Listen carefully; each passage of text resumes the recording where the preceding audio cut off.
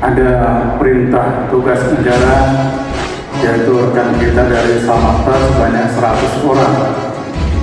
yang seharusnya tadi saya sampaikan harusnya 200, tapi karena keterbatasan personil jadi kita hanya bisa mengirimkan 100 personil